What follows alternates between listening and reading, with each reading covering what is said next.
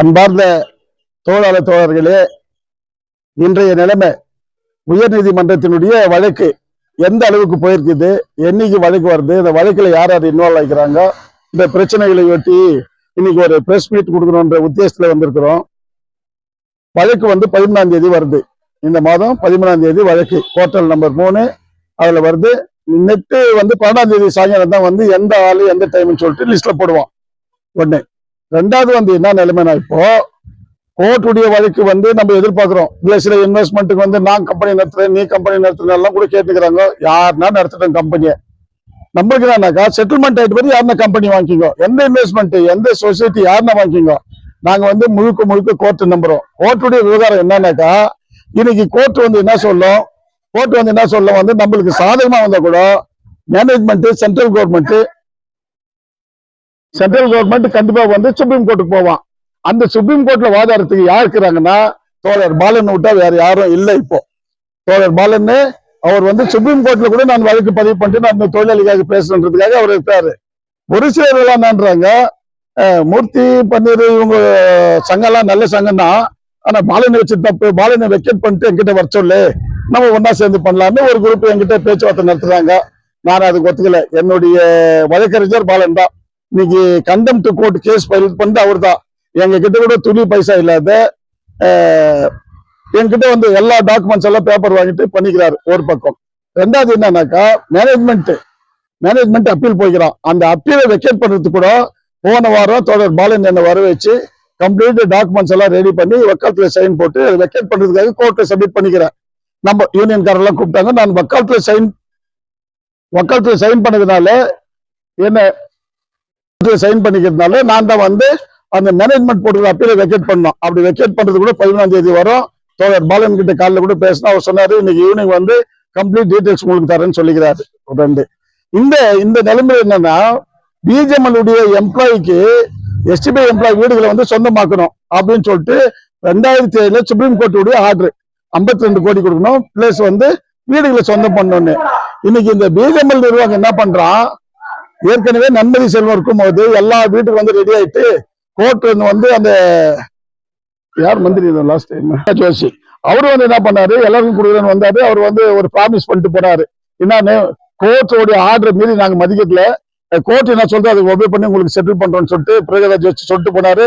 அதன் பிறகு எலெக்ஷன் வந்துச்சு, கேபினெட் சேஞ்ச் ஆச்சு. இப்ப கிஷன் ரெட்டி வந்துக்கிறாரு மினிஸ்டரா. அவருக்கும் நாங்க எக்ஸப்ட் சாப்பிட அவருக்கும் அசோசியேஷன் இது லெட்டர் போட்டுக்கிறோம், செக்ரட்டரிக்கு போட்டுக்கிறோம். அவங்க எல்லாம் என்னன்றாங்கன்னா, கோர்ட்டுடைய தீர்ப்பு தான் நாங்க ஏத்துக்குவோம், கோர்ட்டு தீர்ப்பு இல்லாட்டி நாங்க ஏத்துக்க மாட்டோம்னு சொல்றாங்க. இது மத்தியில இந்த முட்டாள் நிர்வாகம் ஓஎஸ்டி ஒருத்தன் ஜோசப் செக்யூரிட்டி ஆபீசர் ஒருத்தங்கிறான், இவனுங்க உணர்த்த அபிலாஷன் ஒருத்தங்கிறான். அவன் ஒன்லி எஸ்டிபி எம்ப்ளாய் மட்டும் பாக்குறான்னா. அந்த ஆள் என்னன்றா, நாங்க முனிசிபலுக்கு 2 கோடி ரூபாய் பணம் கொடுத்துட்டோம், முனிசிபல் தான் காத்தா கொடுக்கணும் எங்களுக்கு இல்லைன்னா. முனிசிபல் கமிஷனர் போய் கேட்டான்றான், 7.5 கோடி ரூபாய் கொடுக்கணும் இந்த 2400 பேருக்கும். இது வரைக்கும் கொடுக்கணும் டேக்ஸ் அவன் 7 கோடி ரூபாய் கொடுக்கணும். ஆனா பிஜிஎம்எல் நிர்வாகம் 2 கோடி தான் கொடுத்துக்குது, அதனால நான் கொடுக்க மாட்டேன்னு கமிஷனர் சொல்றாரு. இவனுங்க வருஷத்துக்கு ஒரு டைம் 1 கோடி ரூபாய் மெயின்டெனன்ஸ்க்கு வாங்குறானுங்க. பிஜிஎம்எல்ல சென்ட்ரல் கவர்மெண்ட் 1 கோடி ரூபாய் கொடுக்குறாங்க வருஷத்துக்கு மெயின்டெனன்ஸ், செக்யூரிட்டிக்கு போறது, இவனுக்கு கார்ல போறது, கார்ல வர்றது. அங்க இருக்கிற வீடு பத்தல, அங்க கூட கார்ல போறான், அங்கே திரும்பி கார்ல வரான். அதே மாதிரி செக்யூரிட்டி ஆபீசர் அவங்க வீட்டுல 2 செக்யூரிட்டிங்க. அந்த மாதிரி இவனுங்க நல்லா மைண்ட்ஸை என்ஜாய் பண்ணின்னு தொழிலாளி தொழிலாளி துரோகிங்க. அவனுங்க எந்த வேலையும் பண்ணல, பணமா யார் கொடுக்குறான் பணம் அதை வாங்கிக்கிறானுங்க, அதை தவிர வேற எதுவும் பண்றது இல்லை. அப்பயும் வன்மையா கண்டிக்கிறோம். அடுத்தபடியாக சானிடேஷன் வசதி இல்ல, குடிக்கிற தண்ணி இல்ல, சுகாதாரம் இல்ல, சரியான லைட்டிங் இல்ல. இதுக்கு ரெண்ட் போடுறான்.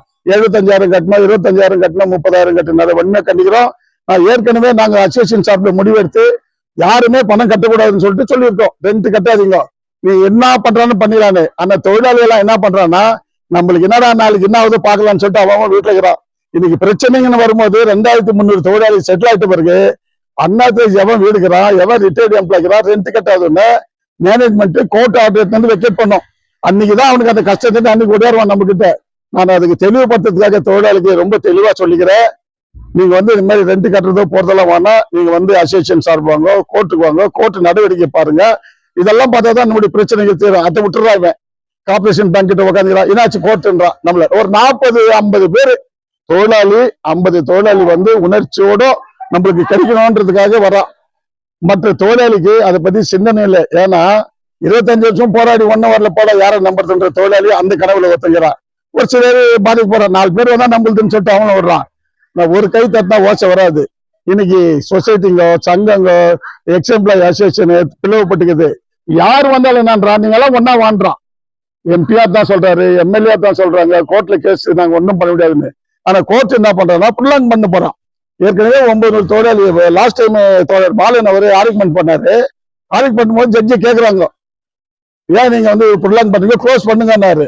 அப்போ அந்த ஜட்ஜம்மா என்ன சொன்னாங்க, டபுள் பெஞ்சு நிறைய தொழிலாளி எல்லாம் உட்காந்து நாங்கெல்லாம் உட்காந்து கோர்ட் உள்ள அந்த அம்மா கேக்குறாங்க, நீங்க ஏன் வந்து மேனேஜ்மெண்ட் அப்பீல் போய்க்கிறோம், ஏன் அப்ஜெக்ஷன் போடல அப்படின்னு சென்னமலைக்கு கேக்குறாங்க. சென்னமலை சொல்றாரு, இல்ல நான் அப்ஜெக்ஷன் போட்டேன்றாங்க. போட்டா ஒரு காப்பி கொடுன்னு கேக்குறாங்க ஜட்ஜி. இவருக்கு ஒன்னும் சொல்ல முடியல.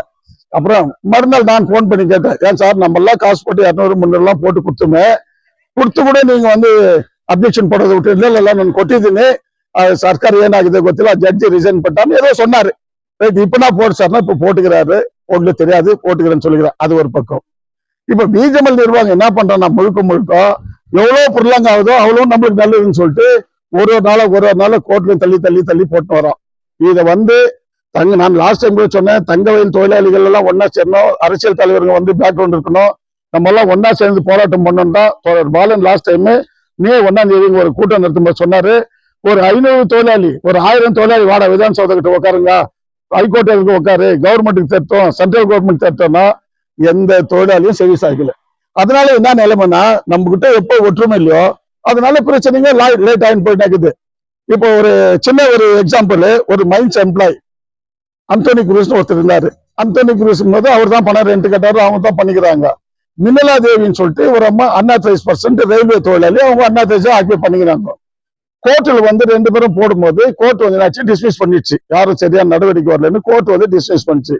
இருக்கிற மேனேஜ்மெண்ட் அன்பிட்டு ஓஎஸ்டி, அவனுக்கு ஒண்ணுமே தெரியல. செக்யூரிட்டி ஆபீசர் அவனும் அன்பிட்டு. கம்பெனி வந்து டிஸ்மிஸ் ஆச்சுன்னா யார் மைன்ஸ் எம்ப்ளாய் 2026 கூட ரெண்ட் கொடுத்துக்கிறாங்க. அதை வெக்கேட் பண்றோம்னா அதுக்கு யோகியத்துல கேட்டாக்கா அவங்க அப்பீல் போயிட்டாங்க, நாங்க சட்டத்தை மதிக்கிறோம், நாங்க சட்டப்படி நடக்கிறோம்னு சொல்லிட்டு சிஎஸ் போவோம் ஓஎஸ்டின்னு சொல்றாங்க. குறிப்பா என்னன்னா காசு வாங்கிக்கிறாங்க. அங்க கூட எல்லா இடத்துலயும் காசு வாங்கிட்டு கரப்ஷன் வேலை தான் பிஜேஎம்எல் இருவாங்க தவிர பிஜேஎம்எலுக்கு இல்ல. இதை எதிர்த்து நான் மைன்ஸ் செக்ரட்டரிக்கு வந்து கிளீனா டிராட் போட்டு அமிச்சேன். இந்த மாதிரி செக்யூரிட்டி ஆபீசரும் ஓஎஸ்டி வந்து இந்த மாதிரி தில்லுமுள்ள எல்லாம் பண்றாங்கன்னு சொல்லிட்டு செக்யூரிட்டிக்கு எல்லாம் நான் மெயில் அமிச்சேன். எங்க சங்க சார்பில் நாங்கெல்லாம் உட்காந்து பேசி முடிவு பண்ணி அமைச்சுக்கிறோம். அதே மாதிரி இந்த வீடு ரெண்ட் பத்தி யாரும் கட்ட தேவையில்லை, கட்டுறன்ற பயம் இருந்தா கூட கட்ட தேவையில்லை. நாங்க என்னன்றோம், எங்களை நம்புங்க, நாங்க தொழிலாளி கடைசி வரைக்கும் இருக்கிறோம்.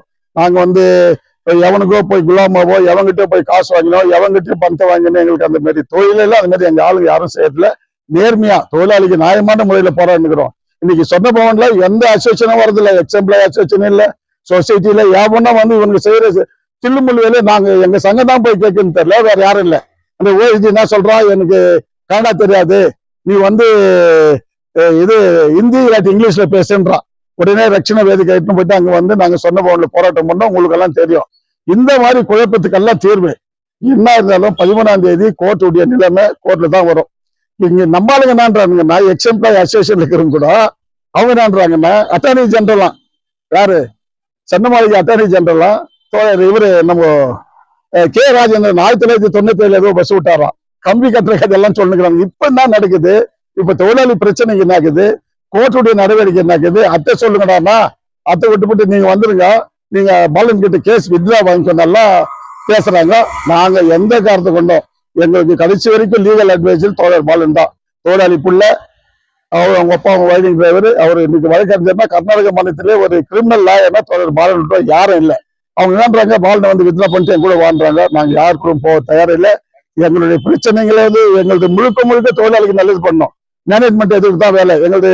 நீங்க பிரஸ்காரங்க பார்த்துப்பீங்க, எத்தனை பிரச்சனை, வீடு வாடகை, நாங்க வந்து ஸ்கேனர் பண்ணதே நாங்க தான். இந்த மாதிரி போக்கஸ் பண்றாங்க, ரெண்ட் கட்டா திருடுவான்னு சொல்லிட்டு ஸ்கேனர் பண்ணி வச்சது நாங்க தான். இந்த மாதிரி எல்லாம் பிரச்சனைகளுக்கு தீர்வு காணனா எங்க 13ஆம் தேதி வழக்கு, எல்லா தொழிலாளிகளும் தயவு செய்து அன்னைக்கு வந்து அந்த வழக்குடைய நிலவரத்தை பார்த்துக்கின்னு ஃபர்தர் நம்ம என்ன பண்ணன்றது ஒரு முடிவு எடுக்கலாம்னு சொல்லிட்டு கேட்டுக்கொண்டு, சென்னை ஸ்கூல்லு அது வந்து ஒரு 7 ஏக்கராவோ 8 ஏக்கராவுக்கு வருது. நம்ம என்னன்றோம்னா கவர்மெண்ட் வந்து என்ன பண்ணிக்கிறாங்க, டெல்லியில் நாங்க லெட்டர் அனுப்பணும். இது வந்து தனியார் யாரோ நீல் ஜோசப் இன்னும் யாரோ குரூப் எல்லாம் சேர்ந்துன்னு அந்த ஸ்கூல் மேலே இருக்காங்க. நான் பல மீட்டிங்ல சொல்லிக்கிறேன்.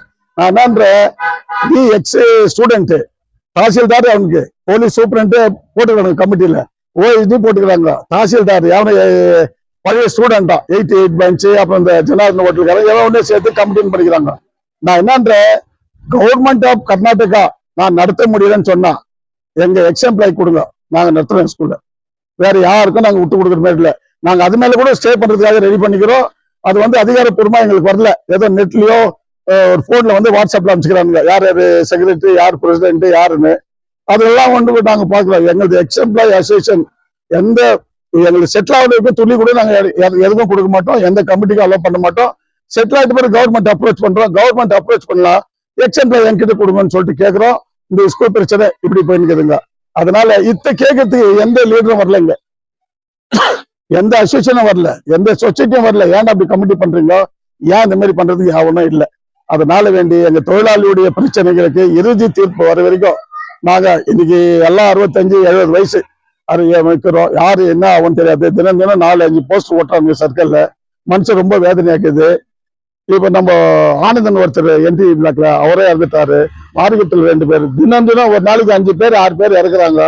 அதனால தொழிலாளிகள் கவனத்துக்கு என்னன்னா, தொழிலாளிகள் ஒர்க்கர் மேல நம்பிக்கை வச்சு இந்த கோர்ட்டு தீர்ப்பு 15ஆம் தேதி திரளான தொழிலாளிகள் வாங்க, ஒரு பெரிய மாபெரும் போராட்டம் பண்ண தவிர நம்முடைய வலிமை, நம்மளுடைய ஒற்றுமையில தான் இந்த வெற்றி பெற முடியும். தவிர நீங்க குரூப்பா பிரிச்சுன்னு நான் என் பக்கம், எனக்கு அவன் பக்கம், நான் இவன் பக்கம் போயிருந்தாக்கா எந்த காலத்தையும் தீர்வு வராது. மேனேஜ்மெண்ட் உங்களை ஏமாத்தி நிற்பான்.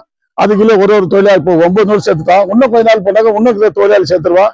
அப்புறம் அந்த பணம் யாருக்கு போய் சேரும், யாருக்கு ஃபைட் பண்ணணும்னு கூட தெரியாத நிலைமாயிடும். ஆகவே எல்லா தொழிலாளிகளும் ஒட்டுமொத்தமா ஒன்னா சேர்ந்து 15ஆம் தேதி உயர்நீதிமன்றத்துக்கு வந்து வழக்குடைய தீர்ப்பை வந்து நீங்க கேட்கணும்னு எங்க அசோசியேஷன் சார்பாக கேட்டுக்கொள்கிறேன். நன்றி, வணக்கம்.